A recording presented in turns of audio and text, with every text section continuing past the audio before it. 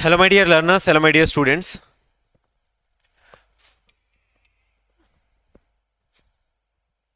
Dear learners, बहुत बहुत स्वागत करता हूं आपका आज की इस क्लास में।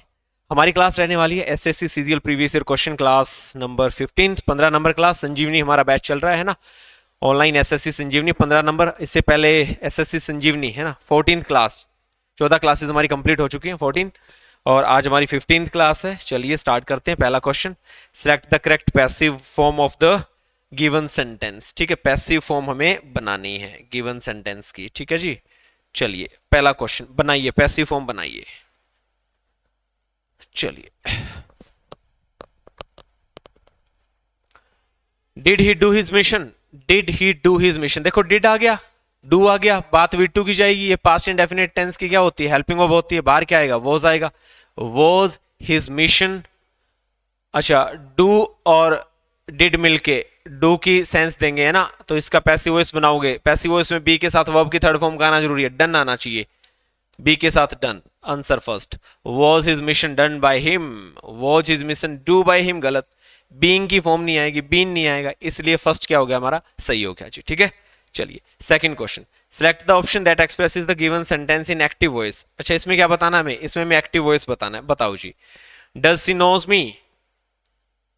अच्छा, डज सी नोज मी, मी बोले तो एम आएगा, मतलब इज वाले ऑप्शन कैंसिल। और इज एम आर बी की फॉर्म, बी के साथ वर्ब की थर्ड फॉर्म, और नो के साथ बेटा बाय नहीं आता, टू आता है।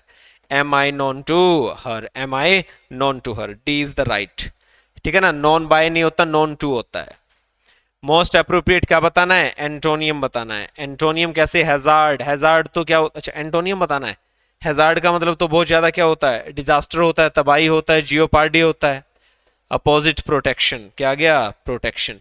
सिलेक्ट द मोस्ट अप्रोप्रिएट क्या बताना है, सिनोनियम्स बताना है। बताओ भाई, रिटेलिएटेड का सिनोनियम्स बताइए, शाबाश शाबाश, आंसर करो। रिटेलिएटेड का सिनोनियम बताइए।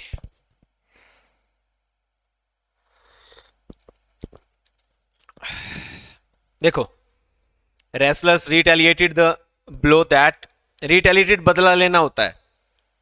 ठीक है, और बदला लेना मतलब चीजों को क्या करना, रेसिप्रोकेट करना। तूने मेरे साथ किया, मैंने तेरे साथ, मतलब म्यूचुअली उसने मेरे साथ बदला लिया, मैंने उससे बदला ले लिया, तो इसका मतलब क्या आ जाएगा, रेसिप्रोकेटेड आ जाएगा। वेलकम तो एंटोनियम बन जाता, फॉरगिव, रिस्पेक्टेड, ये तो पॉजिटिव सेंस दे रहे हैं।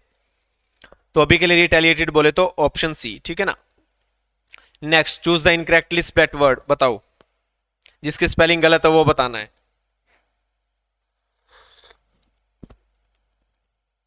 कॉन्ट्राडिक्शन की सही है, अबोरेंट की सही है, हेरिडिटेरी की सही है, कंडेंसिंग, एस आता है यहाँ पे, सी नहीं आता। CONDENSING, कंडेंस है ना, कंडेंसेशन आपने सुना होगा, चीजों का गाढ़ा हो जाना, कंडेंसेशन। तो इसकी स्पेलिंग में यहाँ पे सी था, आना चाहिए था एस, यही हमारी क्या है, रॉन्ग है। Select the incorrectly spelled word, incorrectly spelled word बताना है जिसकी स्पेलिंग गलत है। बुके की स्पेलिंग सही है, मॉर्गेज की स्पेलिंग सही है, शैंपेन की स्पेलिंग सही है, हाइजीन की स्पेलिंग गलत है, HYGIENE है ना, हाइजीन, इसकी स्पेलिंग गलत है। हाइजीन प्रोडक्ट्स आप सुनते हो। Most appropriate meaning of the given idiom, idiom का मीनिंग बताना है नेक्स्ट क्वेश्चन में। क्या, ऑन क्लाउड नाइन, इसका मतलब क्या होता है, on cloud nine, very happy, बहुत ज्यादा खुश हो जाना होता है।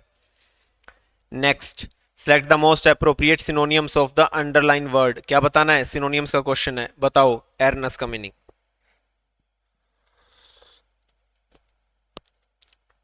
एरनेस मतलब एरर से भरा हुआ, एरर से भरा हुआ तो क्या होगा, इनकरेक्ट होगा, क्या होगा, इनकरेक्ट, आंसर आ गया।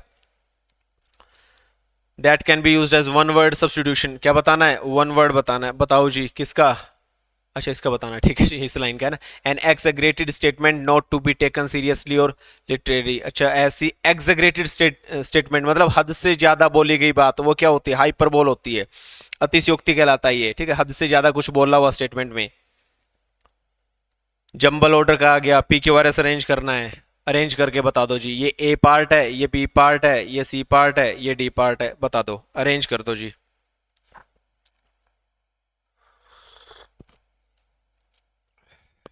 शाबाश।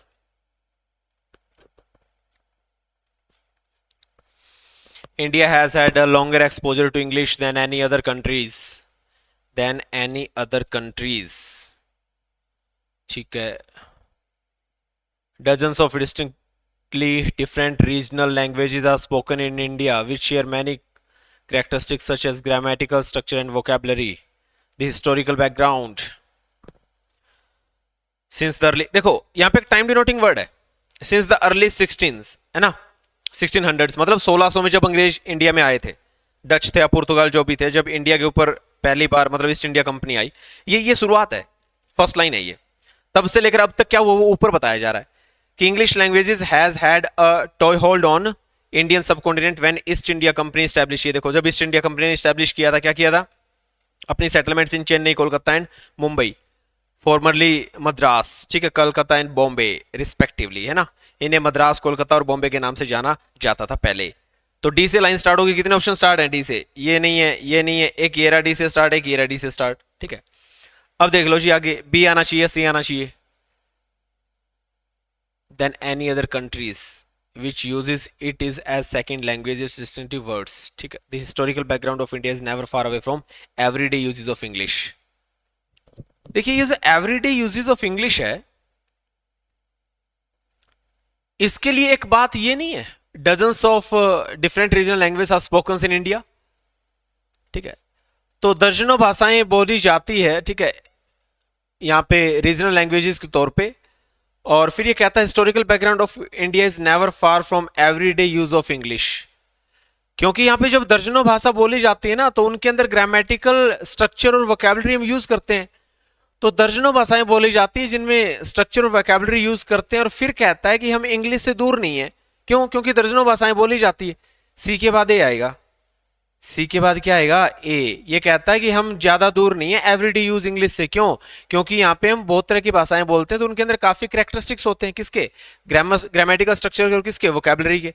इसका मतलब जो सी बात बोली उसके लिए आंसर क्या बना, ए बना, तो सी ए बनेगा यहाँ पे, तो डी बी सी आएगा, डी बी सी आंसर बनेगा हमारा, डी के बाद बी और फिर सी और फिर ए, ठीक है ना, डी के बाद बी, ठीक है। India has had long exposure to English than any other countries. देखो यहाँ पे जब इसने अटैक किया भारत पे, तो इसने मतलब चेन्नई, कोलकाता, ठीक है, इनको जीता, और फिर यहाँ पे जिक्र आ गया कि भारत लंबे टाइम से, है ना, देखो इसमें जो लॉन्गर एक्सपोजर लिखा ना, लॉन्गर एक्सपोजर का मीनिंग है 1600 से लेकर आज 2024 तक, 424 साल हो गए, है ना, तब से लेकर अब तक। तो डी के बाद में बी आएगा, क्योंकि टाइम डिनोटिंग वर्ड से ये जोड़ रहा है, लॉन्गर एक्सपोजर, ठीक है ना।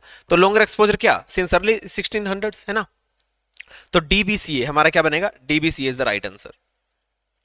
नेक्स्ट बनाओ जी,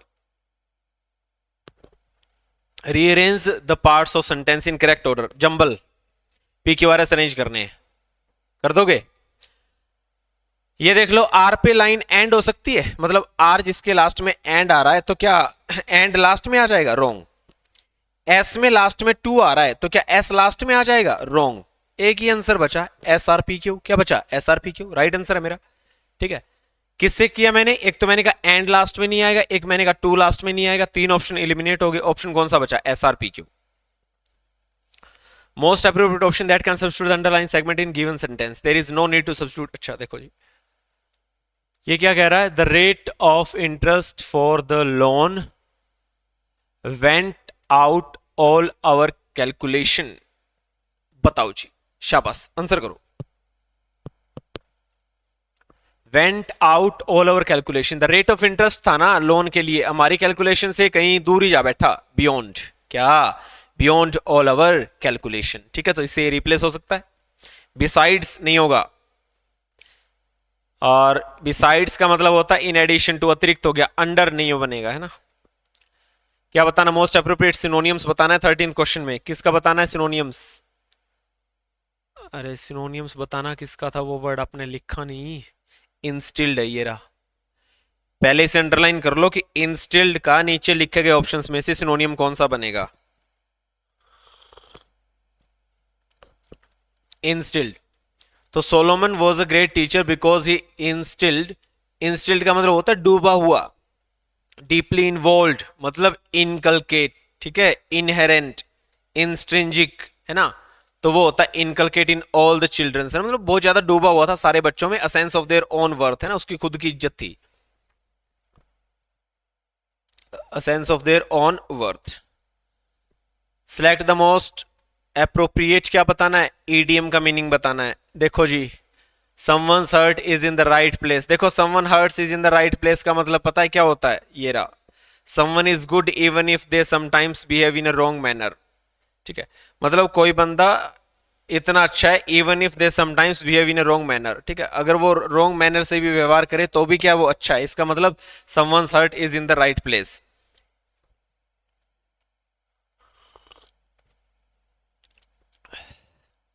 The following sentences has been split into 4 segments. Identify segment that contains a grammatical error.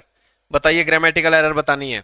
She has not written a single novel by 3 years. For 3 years आएगा, 3 सालों से उसने एक सिंगल नॉवल भी नहीं लिखा है। For 3 years, by नहीं होगा। ठीक है, 3 सालों से। थर्ड में गलती है, by के स्थान पे 4 आएगा। Select the option that can be used as one word substitution. One word बनेगा कैंसिल और डू अवे विद अ लो, और अच्छा किसी लो को कैंसिल या डू अवे मतलब उसको एक तरीके से दरकिनार कर देना, उसे क्या कहते हैं, एब्रोगेट कहते हैं। एब्रोगेशन ऑफ लो होता है। ठीक है ना, कैंसिल और डू अवे विद अ लो और एग्रीमेंट, उसे एब्रोगेट कहते हैं। रूल आउट होता है इसका मतलब, किसी कानून को एब्रोगेट करना। ठीक है, मतलब चलन से बाहर करना, एक तरीके से कैंसिल कर देना। कैंसिलेशन नहीं होता वो, उसे कानून की टर्म में एब्रोगेट कहा जाता है। Select the most appropriate option to replace the underline segment. Shama does not laugh nor she smiles. अगर नेगेटिव एडवर्ब आ जाती है उसके बाद में हेल्पिंग वर्ब आएगी, nor does she smile। क्या आएगा, nor does she smile। तो नेगेटिव एडवर्ब उसके बाद में हेल्पिंग वर्ब और फिर आता है सब्जेक्ट, तो नोर डज सी स्माइल। ठीक है ना, और उसके बाद में आ जाती है मेन वर्ब। क्या आ जाती है, मेन वर्ब। तो ऐसे लिखा जाता है, Shyama does not laugh NOR does she smiles. Third अपना आंसर आ जाएगा। तो जितनी नेगेटिव एडवर्ब है, सब्जेक्ट से पहले हेल्पिंग वर्ब निकलेगी, फिर बाद में मेन वर्ब आएगी। Most appropriate option to fill in the blank. The dash weapons which are easily available in the market are a big threat to security of some nation. कैसे weapons बाजार में मिल जाते हैं जो कि नेशंस की security के लिए एक थ्रेट है, डेडली वेपन्स। और डेडली वेपन्स का मतलब होते हैं बहुत जानलेवा, तेज तर्रार, है ना, जानलेवा हथियार होते हैं। मतलब ऐसे वेपन्स जो कुछ ही मिनटों के अंदर कई लोगों की जान ले सकते हैं, तो डेडली वेपन्स, खतरनाक हथियार बोल सकते हो। इनडायरेक्ट फॉर्म बतानी है 19th क्वेश्चन में। अनीता सेड टू किसमें बदला जाएगा, टोल्ड में। किसमें, टोल्ड में। द मदर, ठीक है। Your child, your second person, second बोले तो ऑब्जेक्ट के अकॉर्डिंग, मतलब her child, her child, her child, her child. ठीक है, हैज बीन किसमें कन्वर्ट होगा, हैड बीन में। वॉज नहीं आएगा यार, had been crying, had been cry, गलत हो गया। ठीक है, इसने लिख दिया child has been crying since morning. Anita told the mother that her child had been crying since morning. सही है, सेकंड। इसमें क्या गलती, इसमें योर चाइल्ड का योर चाइल्ड ही लिख दिया, इसलिए गलत हो गया। ठीक है जी, तो ये क्राई की वजह से तीसरा कैंसिल, इसमें योर लिख दिया, ये फोर्थ कैंसिल। फर्स्ट इसलिए कैंसिल हुआ क्योंकि इसमें वॉज लिख दिया। आंसर कौन सा बचा, सेकंड। ठीक है, next. A sentence has been given with a blank to filled, बनाओ।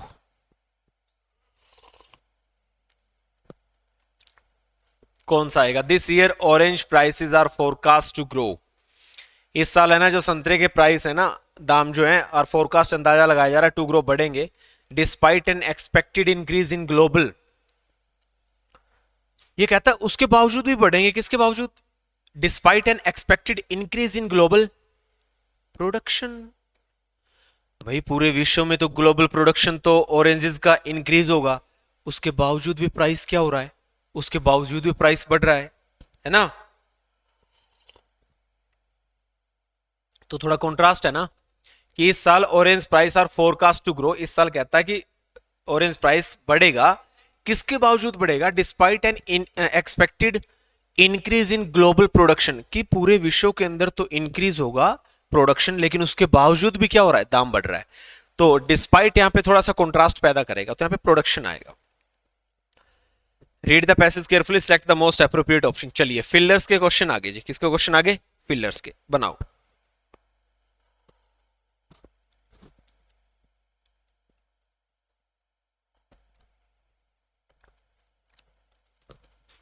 The saving of certain wild animal from extinction. Extinction होता है मतलब उनका बर्बाद होना, विलुप्त हो जाना। तो ये कहता है the saving of certain wild animal from extinction, उनको बचाना, उनकी saving dash many years been a problem of for the zoologist. यहां पे बीन आ गया, कई सालों से जूलॉजिस्ट के लिए प्रॉब्लम बनी हुई क्या, इन वाइल्ड एनिमल्स को बचाना, सेविंग करना। क्या आएगा,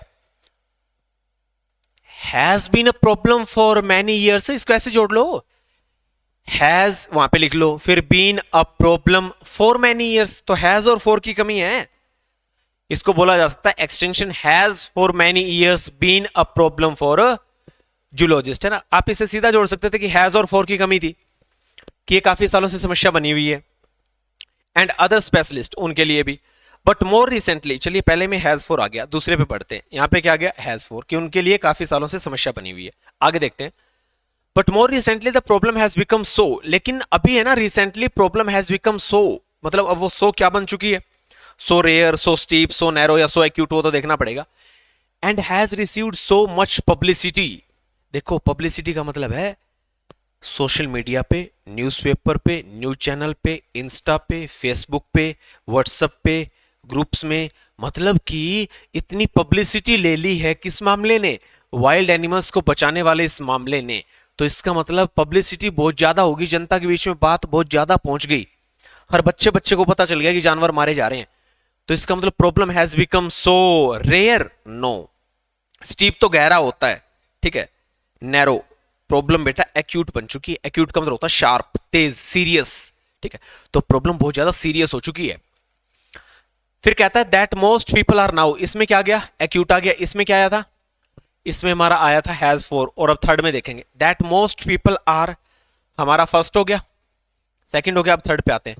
तो इसकी वजह से चलते कि मच पब्लिसिटी मिल गई इस मामले को, तो most people are now, third में बताना है about it, most people are now trouble about it, और वैसे भी आर आ गया है ना।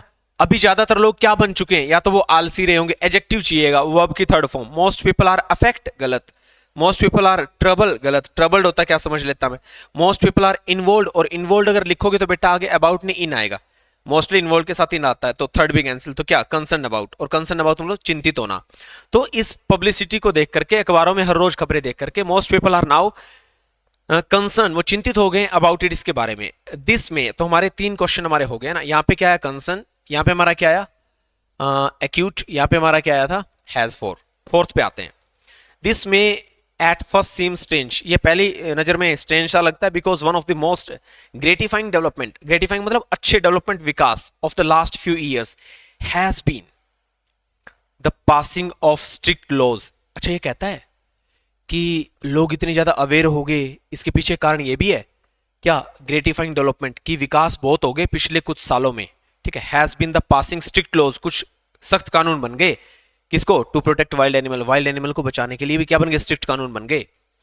And the dash decline in the hunting, देखो अब कानून बहुत स्ट्रॉन्ग बन गए, स्ट्रिक्ट बन गए, लोग ज्यादा अवेयर हो गए, तो फोर्थ में आएगा क्या, dash the dash decline in the hunting, the consequent decline in the hunting, कि लगातार डिक्लाइन होता जा रहा है शिकार करने में। 2021 में जितने जानवरों का शिकार हुआ उससे कम 2022 में हुआ, उससे कम 2023 में हुआ, उससे कम अब 2024 में, और आगे आने वाले 2025 में और भी कम हंटिंग होगी वाइल्ड एनिमल की। क्यों, क्योंकि कानून क्या बन गए, स्ट्रिक्ट। तो इसका मतलब हमें यहां पे डिक्लाइन के लिए क्या बताना था, ये कह रहा है कि laws, strict laws to protect wild animal and the consequent decline in the hunting, और लगातार गिरावट आ रही है, लगातार, एडवांस नहीं बनेगा, प्रोबेबल नहीं होगा, वेराइड नहीं होगा, ठीक है, लगातार गिरावट आ रही है of big game for sports, है ना, कई स्पोर्ट्स के तरीके से जो हंटिंग करते हैं ना, जैसे सलमान खान के ऊपर ब्लैक बक का केस चला था, काला हिरन विवाद जो हुआ था, राजस्थान के बिश्नोइयों ने केस किया था, ठीक है, तो इसका मतलब उसमें भी गिरावट आई है। वाई इज इट देन, तो इसका आंसर क्या आ गया, कॉन्सिक्वेंट आ गया, क्या आ गया, कॉन्सिक्वेंट। तो देखो इसका कॉन्सिक्वेंट बना, इसका क्या बना था, एक्यूट बना था, इसका नहीं सॉरी कॉन्सिक्वेंट, इसका कंसर्न, इसका कंसर्न, इसका एक्यूट, और इसका हैज फॉर। अब लास्ट बच गया हमारा कौन सा, फिफ्थ, इसका देखते हैं क्या आता है। फिर कहता है why is it then the some rare wild animals are still, तो ऐसा क्यों है कि कुछ रेयर वाइल्ड एनिमल्स की, मतलब जिनकी संख्या बहुत कम है, are still, are still dash with extinction, वो आज भी विलुप्ति की कगार पर है, विलुप्ति के खतरे में है। और बेटा इसके लिए एक वर्ड आएगा आर स्टिल, ईडी वाला वर्ड चाहिए। या तो फ्राइटेंड होता मैं मान लेता, डेंजर्ड होता मैं मान लेता, बुलिड का मतलब तो आप जानते हो, मतलब पंगे लेना, बुलिड है ना, उग्र वगैरह हो जाना, वो नहीं होगा। आर थ्रेटेंड, ठीक है, आर थ्रेटेंड विद एक्सटिंक्शन, मतलब उन्हें आज भी खतरा है कि वो विलुप्त ना हो जाएं। तो सवाल उठता है कि इतने अच्छे कानून बना दिए, लोग इतने अवेयर हो गए, सोशल मीडिया पे, ग्रुप पे, फेसबुक पे, किसी भी जानवर की जब डेथ होती है तो हजारों, सैकड़ों, लाखों, करोड़ों मैसेज आ जाते हैं और कानून इतने सख्त हो गए, तो why is it then that some rare wild animals are still threatened with extinction? तो ऐसा क्यों है कि आज कुछ चुनिंदा, कुछ बचे हुए जानवरों को भी खतरा है कि वो विलुप्त ना हो जाए? तो ये ऐसी बात क्यों है, ठीक है ना। तो यहाँ पे वर्ड क्या आ जाएगा, threatened with extinction. And even some of less rare ones are rapidly declining in number, और कुछ ऐसे हैं जो बिल्कुल रेयर है लेकिन वो रैपिडली डिक्लाइन हो रहे हैं नंबर में। तो इसके पीछे कारण क्या है, ठीक है। तो ये था हमारा पूरा का पूरा क्लोज टेस्ट, और हमारी 15 नंबर क्लास बेटा होती है फिनिश। आगे फिर मिलेंगे संजीवनी क्लास नंबर 16 में, और कुछ बेहतरीन क्वेश्चंस के साथ आपके सामने हाजिर होऊंगा। तब तक के लिए देखते रहिए एसके क्लासेस का YouTube channel. Okay, thank you so much for watching this video, bye bye.